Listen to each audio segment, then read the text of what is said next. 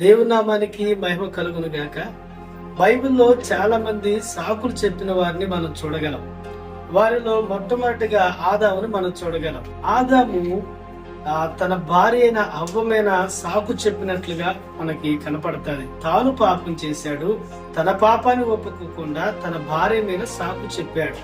అంత మాత్రమే కాదు, అవ్వ కూడా సర్పం మీద సాకులు చెప్పినట్లుగా ఆ నిందని సర్పం మీద వేసినట్లుగా కూడా మనం చూస్తాం. భౌతికంగా అది వాస్తవంగా కనపడొచ్చేమో గాని ఆధ్యాత్మికంగా దేవుడు మన నుంచి ఏం కోరుకుంటున్నాడు అంటే మన యొక్క ఒప్పుకోలని దేవుడు కోరుకుంటూ ఉన్నాడు.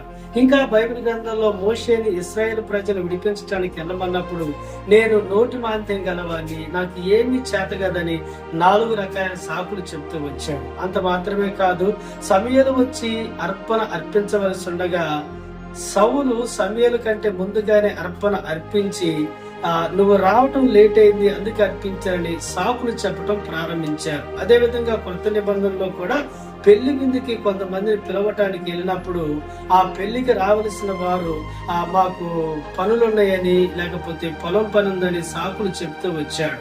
చెడ్డదాసుడు మంచి దాసుడు దగ్గర కూడా ఆ చెడ్డదాసుడు వాటిని దాచిపెట్టి మరి యజమానికి సాకులు చెప్పినట్లుగా మనం చూడగలం. అహరోను కూడా మరి వాళ్ళకి విగ్రహారాధనకు సంబంధించిన దూడను తయారు చేసి మోసే వచ్చినప్పుడు వాళ్ళకి సాకులు చెప్తూ వచ్చాడు. గమనించండి, బైబిల్లో సాకులు చెప్పిన వాళ్ళందరూ శాపాన్ని అనుభవించారు.